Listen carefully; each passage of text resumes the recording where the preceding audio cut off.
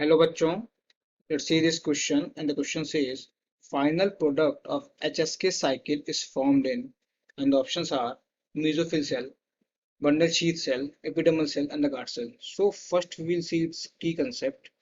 इसका key concept है hatch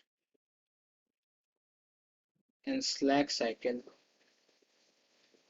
जिसको हम लोग कहते हैं HSK cycle या इसी को हम लोग कहते हैं C4 cycle।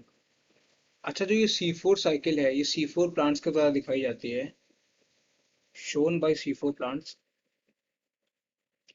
shown by C4 plants और C4 प्लांट्स का एक बहुत ही कैरेक्टरिस्टिक फीचर होता है जो कि होता है क्रैंज एनाटोमी। They have क्रैंज anatomy. अब ये क्रैंज एनाटोमी क्या है? तो क्रैंज एनाटोमी का मतलब है कि डिफिनिट अरेंजमेंट ऑफ सेल्स और सेल्स कौन कौन सी होती हैं वो देखते हैं। So definite arrangement of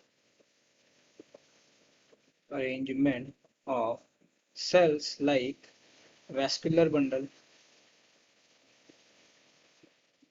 vascular bundle के बाद क्या आएगा?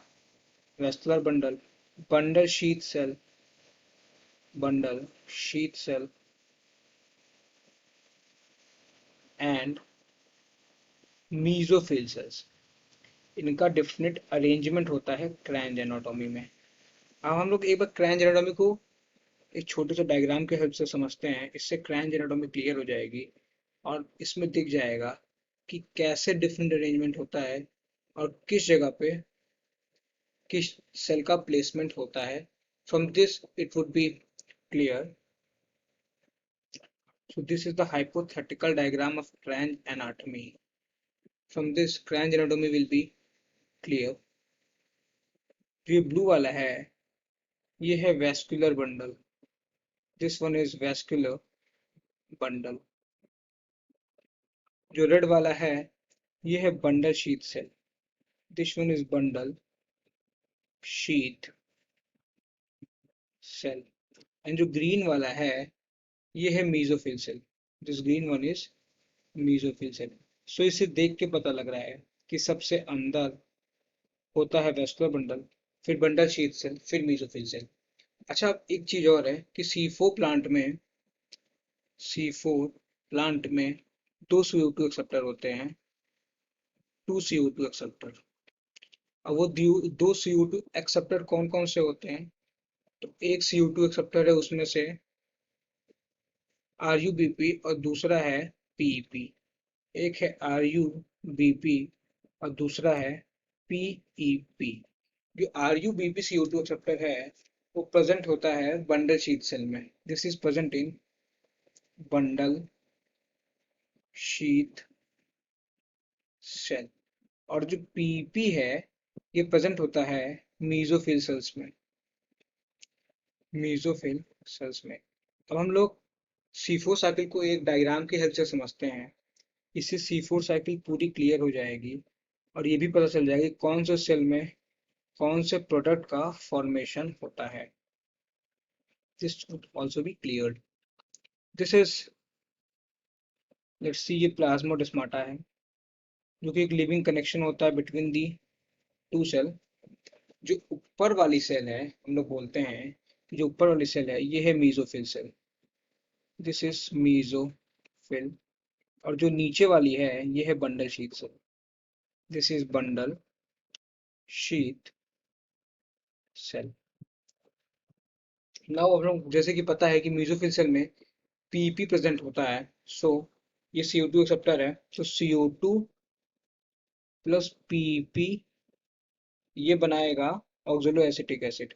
This will form oxaloacetic acid जैसे OAA। Oxaloacetic acid further बनाता है मैलिक एसिड। ये फर्दर बनाएगा मैलिक एसिड और यही मैलिक एसिड प्लाज्मोडेस्माटा से होता हुआ ये पहुंच जाएगा बंडल शीथ सेल में। ये malic acid bundle sheath cell में आ गया। This malic acid comes into bundle sheath cell. अभी malic acid bundle sheath cell में ही कन्वर्ट होगा पायरुविक एसिड में।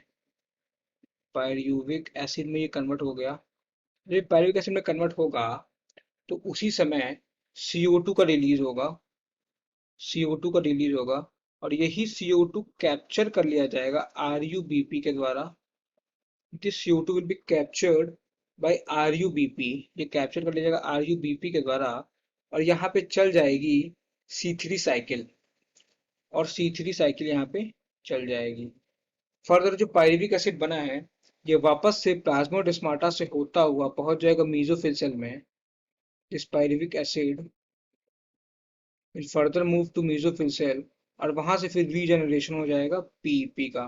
सो ये एक टोटल स्टेप हुआ C4 साइकिल का इसमें, कि जो है कैसे ऑक्सलो एसिटिक एसिड बना, फिर उससे मैलिक एसिड बना, फिर मैलिक एसिड से फिर मैलिक एसिड कैसे पायरुविक एसिड में कन्वर्ट हुआ, कैसे क्या हुआ, पता चल गया।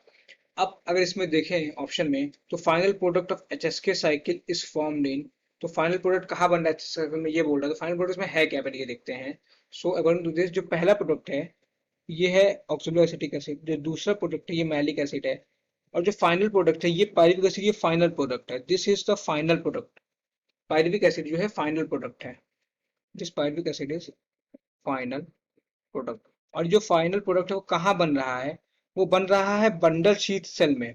सो अकॉर्डिंग टू दिस जो हमारा आंसर हो जाएगा वो हो जाएगा option B, that is bundle sheath cell. I hope you understood it well. Thank you and all the very best.